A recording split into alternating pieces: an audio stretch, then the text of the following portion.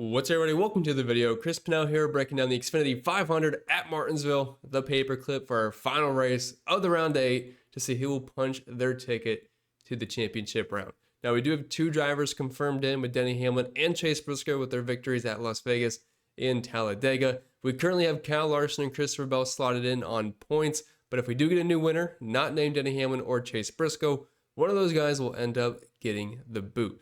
As of right now, before practice and qualifying, I would put my money on Ryan Blaney. He's currently odds-on favorite to win this race, and he's won this fall race at Martinsville the previous 2 seasons. Just has been absolutely incredible at them, but we'll have to wait and see. But anyway, this has to be your first time here, which I highly doubt at this point in the season. What's up? My name is Chris Pennell. I break down NASCAR DFS each and every single week on this channel. Also post NFL content if you want to check that out twice per week. And if you do enjoy today's video, make sure you leave a like down below. Scratch channel for brand new. Let's dive right into it. All right, let's talk some strategy here for the paperclip. 500 laps on the schedule, which means dominator points are going to be the name of the game. Now, I've not yet seen qualifying. We'll go over that in a little bit once qualifying takes place.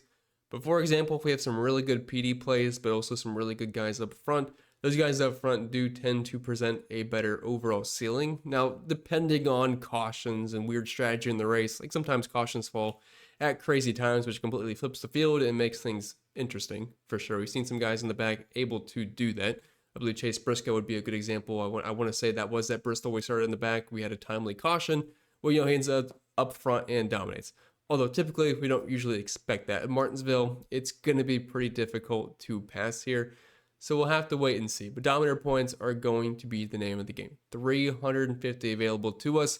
And while guys up front do offer lower floors, the potential for fast laps and lap lead points are quite abundant. All right, looking at our visual this week, we're going to look at 2. But the first one I would say is the most important because Martinsville is a pretty unique track.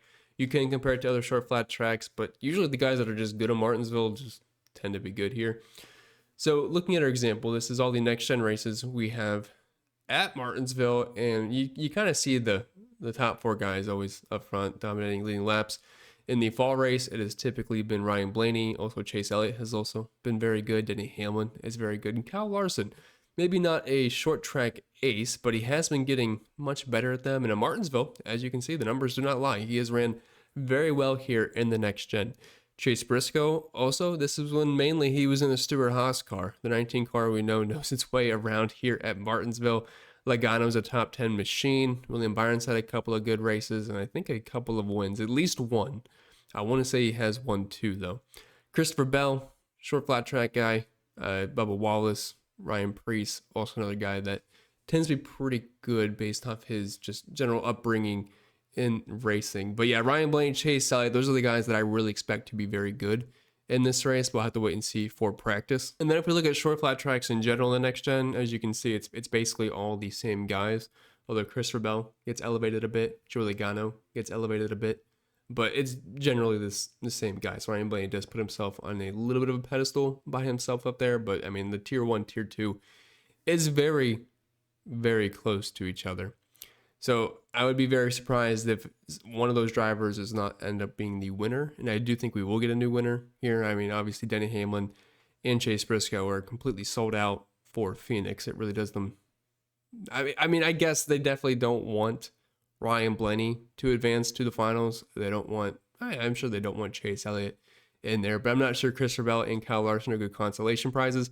But I would say probably in their best interest is to not have a Penske car make the final because we know how good they are at Phoenix, especially in the championship race. That'll be a very tough task to take them out. And finally, moving on to the driver-by-driver breakdown. But I did mention one thing first. It's a free video, guys. Let me do a plug and feed the dog. But if you want to check out the new website I built myself, cpenndfs.com, you can find the link down in the description or the pinned comment, but it's got everything on here that we used to have, but it's in website form now. It's much cleaner, easier to access, whether it be on mobile or desktop.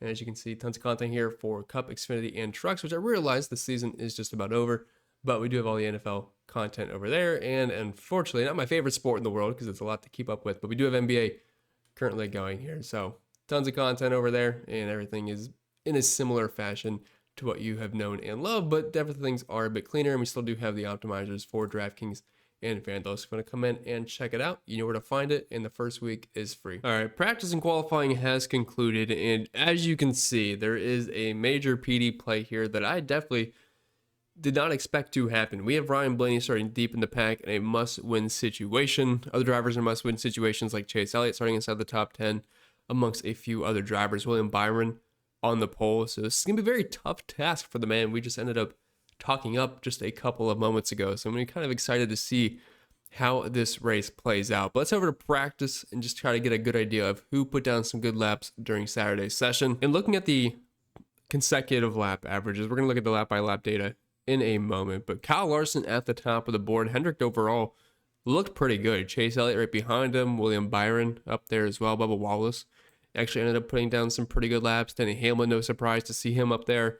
Ty Gibbs hasn't exactly had the best history at Martinsville in the Cup Series, but did end up having a fairly decent practice, at least early on. Trailed off a little bit in the 2025 lap, but the lap by lap data will tell us a better picture. Ryan Blaney, pretty quick as well, just horrible qualifying lap, which is definitely going to put him in a bit of a tough situation to start the race. But the long run speed didn't look too bad. Just kind of curious to see why they were so bad at qualifying unless they're completely sold out for long run speed.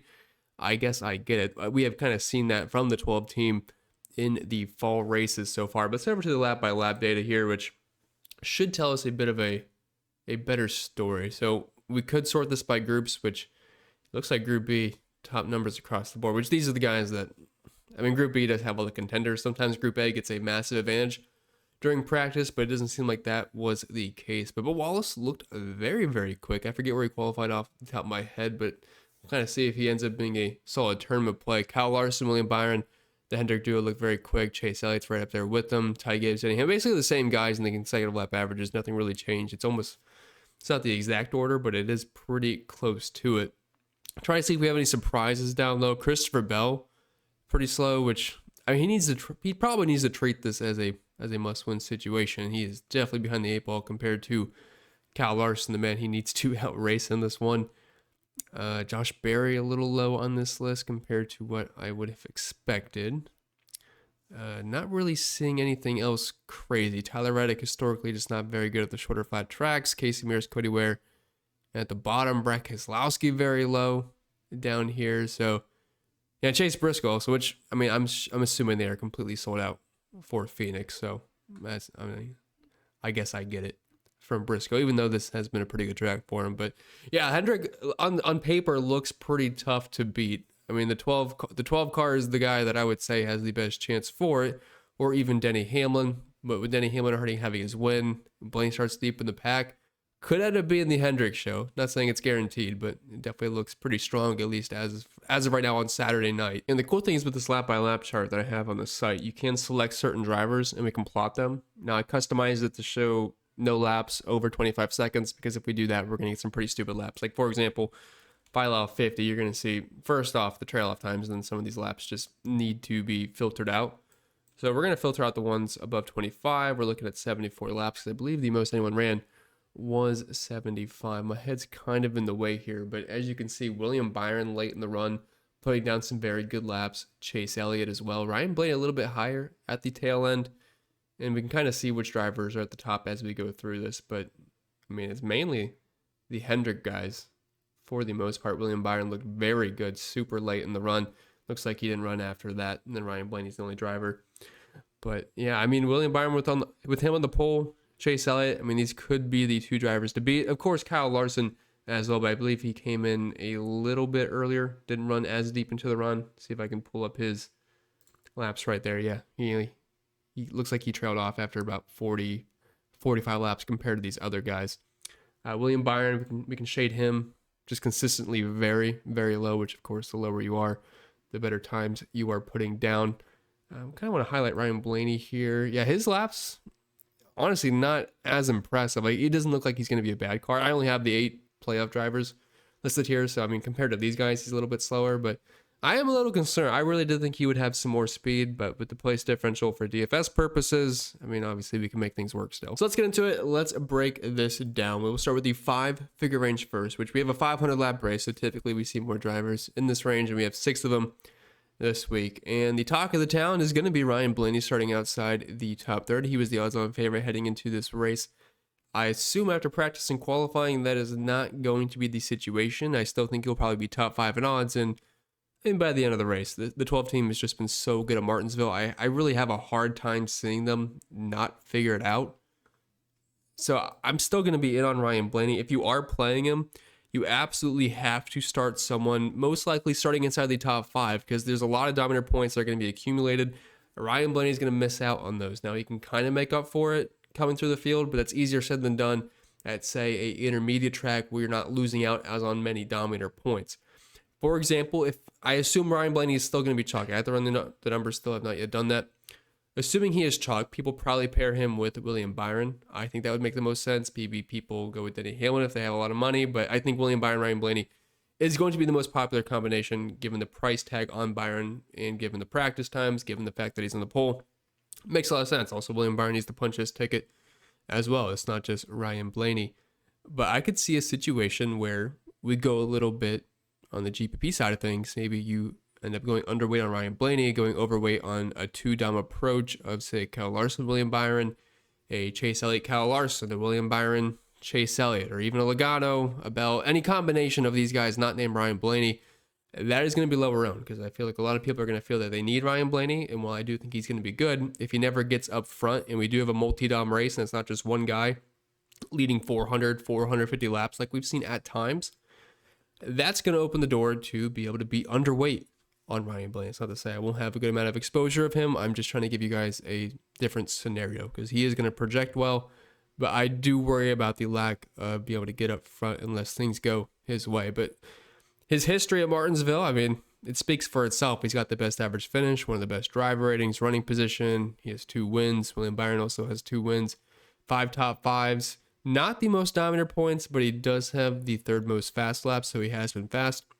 But he has had to work his way through traffic in these races, which at least that's given him practice for this race, considering he starts deeper in the field. So I think this is going to be very interesting roster construction for sure. But yeah, for me, for the dominators, I really like the Hendrick cars, Larson, Elliott, and William Byron.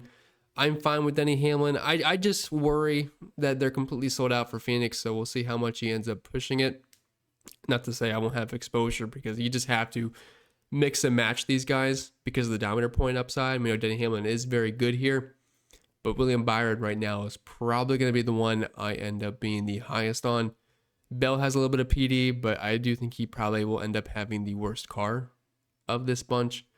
Logano, it's so weird that Logano qualified 4th and Ryan Blaney ends up qualifying 31st. You'd think they'd probably be somewhat similar. I'm okay with some Joey, but like I said, I feel like I'm going to have a bit of a lean on these Hendrick cars as of right now. And Chase Elliott has been very fast at Phoenix too. I know Ryan Blaney's been getting the wins in the fall race, but Chase Elliott's also been pretty quick in those races.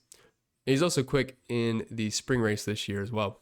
All right, dropping down to the 9K range. We already talked about William Byron enough. He's your cash dominator, and I think most people probably pair him with Ryan Blaney. That makes a lot of sense to me. And similar to Ryan Blaney, does have 2 wins here in the next gen era. Chase Briscoe, a bit slower in practice. He does start inside the top 10. Do you throw him in the dominator pool? Yes. Am I going to have a lot of him?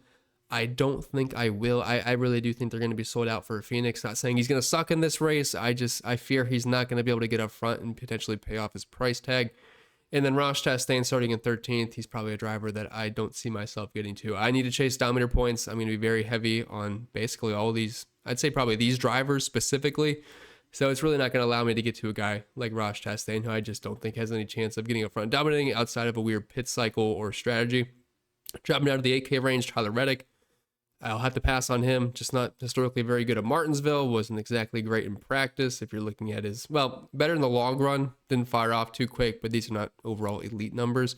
But if you're looking at his numbers at Martinsville, which is a unique track, so I will rely on track history more than other tracks. Just kind of like a 20th place car. Really running position of 19th, average finish 22nd. I don't have interest there.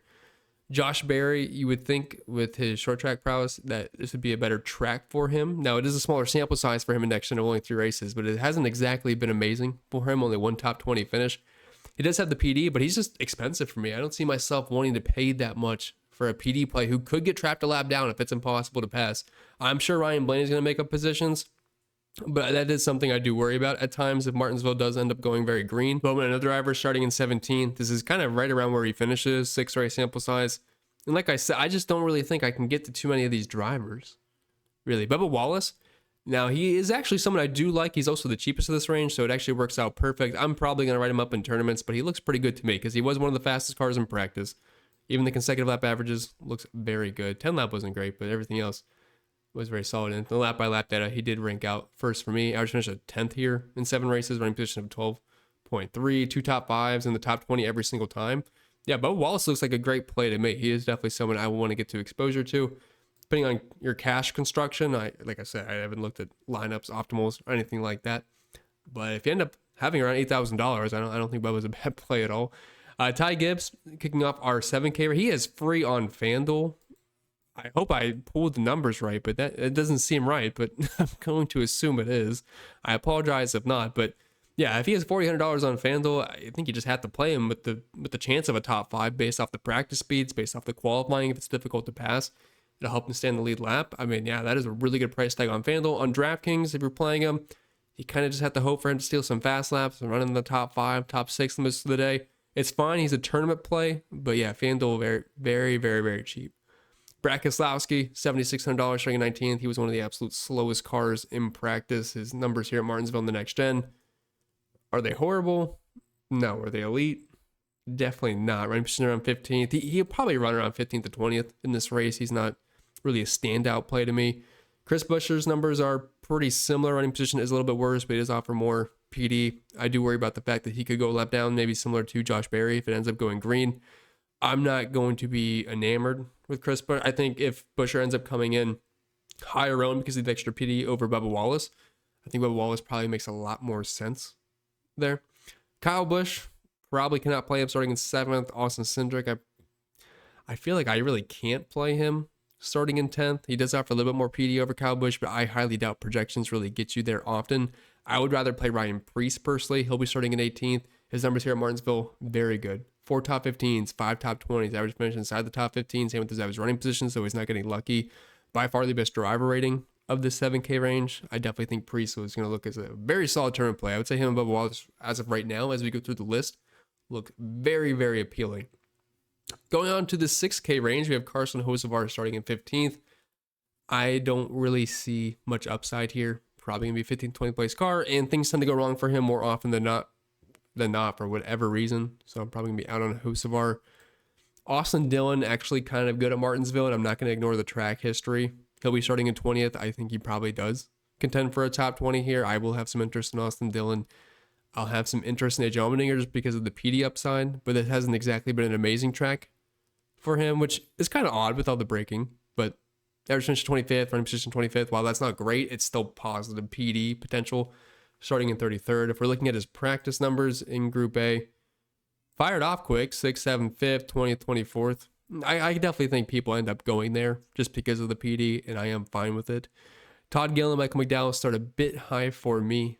Don't really see myself going there much, but I say that, but at the same time, we do have to be careful of AJ Allmendinger just because of the fact if it goes green, you can get stuck a lap down, and people are going to get lapped if that is the case. Now, cautions and wreckfest at some point that can get guys back on or in the middle of a pit cycle, so you're not completely dead if that happens early on, and they will be competing with guys lap down. Like, there's not going to be just 2 drivers a lap down and they're going to be stuck. Sometimes we'll get half the field a lap down, and I mean, they're all battling each other, and you can finish 23rd, and it's not going to kill you. So you have to keep that in mind as well. Daniel Suarez is very fast in practice. He is cheap, but man, I just feel like Daniel Suarez is not going to bring a ton of speed. Martinsville hasn't exactly been great for him, but it hasn't been awful for him either. Running position of 18th. Man, that 99 car, Daniel Suarez is in his final days there. He's heading to Spire in the 7 car next season. It just isn't super appealing for me at this point of the season. Dropping down to the bum range, we have SVG starting in 22nd. I got to give him credit. He has been improving. He only has 2 races here in next gen, averaging position of around 30th. I think he most likely moves back, but I will give him his credit. He has been improving, so I'm not going to slander him like I normally do. Eric Jones starting in 28th.